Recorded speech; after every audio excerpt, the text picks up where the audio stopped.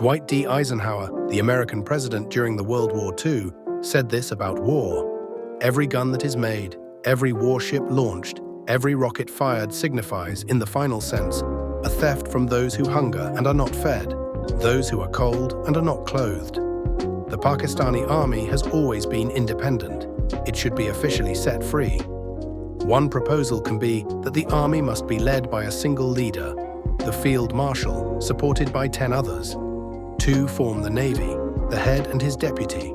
2 from the Air Force, the head and his deputy, and 5 from the Army, and the 10th one being the deputy to the Field Marshal. All these positions should be filled and decided by the armed forces themselves. Every member of the Army, both currently serving or retired, must disconnect from the legislative as well as the federal body.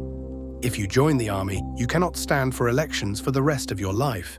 Neither can you fill a post of the administrative service, nor can they participate in any business as long as they are part of the Army. This will remove from the head of the Army the fear of being removed. This system has one issue. If the Army becomes independent, its functioning becomes independent, and it could act independently. And episodes like that of Kargil would occur, where the head of the Pakistani Army took over Indian posts in Kargil without the Prime Minister of Pakistan knowing it, and it ended up portraying Pakistan in poor light. The check in place would be the deputy to the Field Marshal and the other 9 members in the team on whom lies the burden of ensuring such a thing doesn't happen. Also, the Army must only be involved in keeping the integrity of Pakistan's borders. All other internal matters of law and order must be dealt by the police. Also, the ISI must be directly under the control of the Prime Minister and must not get involved with the Army.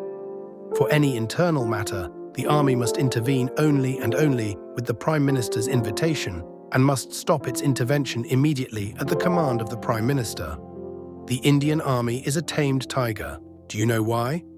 Every candidate being considered for the Army is not assessed based on his fearlessness or his intelligence, but he or she is selected based on their appropriateness. And for sure, one of these appropriateness is that of being disciplined.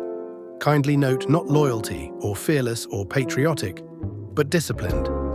There are 2 terms which are used interchangeably, fearlessness and courage, but both don't mean the same. Who is more lethal in the battlefield, a fearless soldier or a soldier with courage? The Pakistani Army indeed fearless with their Fedayeen troops. Fearless men often make poor decisions, and they pay the price with their lives. A dead man is of no use in battle. Being courageous is not being fearless, but it means to act despite being afraid.